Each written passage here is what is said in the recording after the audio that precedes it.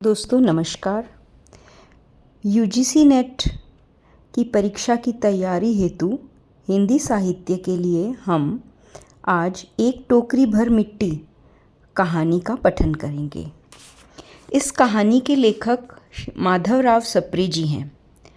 उन्होंने यह कहानी 1901 में लिखी थी और इसे हिंदी की प्रथम कहानी भी माना जाता है।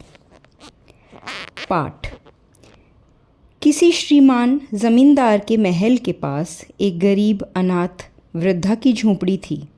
जमींदार साहब को अपने महल का अहाता उस झोंपड़ी तक बढ़ाने की इच्छा हुई। वृद्धा से बहुतेरा कहा कि अपनी झोंपड़ी हटा ले, पर वह तो कई ज़माने से वहीं बसी थी। उसका प्रिय पति और इकलौता पुत्र भी उसी झोंपड़ी में मर गया था। पतोहू भी एक 5 वर्ष की कन्या को छोड़कर चल बसी थी। अब यही उसकी पोती इस वृद्धावस्था में एकमात्र आधार थी। जब उसे अपनी याद आ जाती तो मारे दुख के वह फूट फूट कर रोने लगती थी। और जब से उसने अपने श्रीमान पड़ोसी की इच्छा का हाल सुना, तब से वह मृतप्राय हो गई थी। उस झोंपड़ी में उसका कुछ ऐसा मन लग गया था कि बिना मरे वह वहाँ से निकलना ही नहीं चाहती थी। श्रीमान के सब प्रयत्न निष्फल हुए, तब वे अपनी ज़मींदारी चाल चलने लगे। बाल की खाल निकालने वाले वकीलों की थैली गर्म कर उन्होंने अदालत से उस झोंपड़ी पर अपना कब्जा कर लिया और वृद्धा को वहाँ से निकाल दिया। बेचारी अनाथ तो थी ही, पास पड़ोस में ही कहीं जाकर रहने लगी। एक दिन श्रीमान उस झोंपड़ी के आसपास टहल रहे थे और लोगों को काम बतला रहे थे। इतने में वह वृद्धा हाथ में एक टोकरी ले वहाँ पहुँची। श्रीमान ने उसको देखते ही अपने नौकरों से कहा उसे यहाँ से हटा दे, पर वह गिड़गिड़ा कर बोली, महाराज, अब तो झोंपड़ी तुम्हारी ही हो गई है, मैं उसे लेने नहीं आई हूँ। महाराज क्षमा करें, तो एक विनती है। ज़मींदार साहब के सिर हिलाने पर उसने कहा, जब से ये झोंपड़ी छूटी है तब से मेरी पोती ने खाना पीना छोड़ दिया है। मैंने उसे बहुत कुछ समझाया, पर वह मानती ही नहीं। यही कहा करती है कि अपने घर पर चलकर ही रोटी खाऊंगी। अब मैंने यह सोचा कि इस झोंपड़ी में से एक टोकरी भर मिट्टी लेकर उसी से चूल्हा बनाकर रोटी पकाऊंगी। इससे भरोसा है कि वह रोटी खाने लगेगी। महाराज, कृपा करके आज्ञा दे दीजिए तो इस टोकरी में मिट्टी ले जाऊं। श्रीमान ने आज्ञा दे दी। वृद्धा झोंपड़ी के भीतर गई।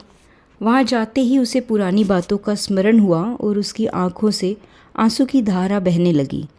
अपने आंतरिक दुख को किसी तरह संभाल कर उसने अपनी टोकरी मिट्टी से भर ली और वह हाथ से उठाकर बाहर ले आई।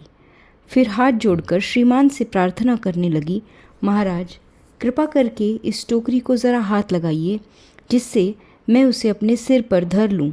ज़मींदार साहब पहले तो बहुत नाराज़ हुए, पर जब वह बार बार हाथ जोड़ने लगी और पैरों पर गिरने लगी तो उनके मन में भी कुछ दया आई। किसी नौकर से न कहकर आप ही स्वयं टोकरी उठाने को आगे बढ़े।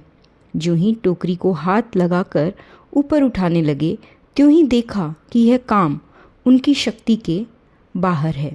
फिर तो उन्होंने अपनी सब ताकत लगाकर टोकरी को उठाना चाहा, पर जिस स्थान पर टोकरी रखी थी वहाँ से वे एक हाथ भी ऊंची न हुई। वह लज्जित होकर कहने लगे कि नहीं, यह टोकरी हमसे न उठाई जाएगी। यह सुनकर वृद्धा ने कहा, महाराज, नाराज़ न हो, आपसे तो एक टोकरी भर मिट्टी उठाई नहीं जाती और इस झोंपड़ी में तो हज़ारों टोकरियाँ मिट्टी पड़ी है, उसका भार उठा सकेंगे? आप ही इस बात पर विचार कीजिए। ज़मींदार साहब धन मद से गर्वित हो अपना कर्तव्य भूल गए थे, पर वृद्धा के उपर्युक्त वचन सुनते ही उनकी आंखें खुल गई। कृत कर्म का पश्चाताप कर उन्होंने वृद्धा से क्षमा मांगी और उसकी झोंपड़ी वापस दे दी। इस कहानी के मुख्य पात्र विधवा और ज़मींदार है और इस कहानी का केंद्रीय भाव है स्वाभिमान और मातृभूमि से प्रेम। इस कहानी का प्रकाशन छत्तीसगढ़ मित्र नामक पत्रिका में 1901 में हुआ था।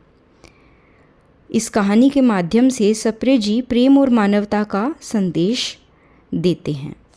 धन्यवाद।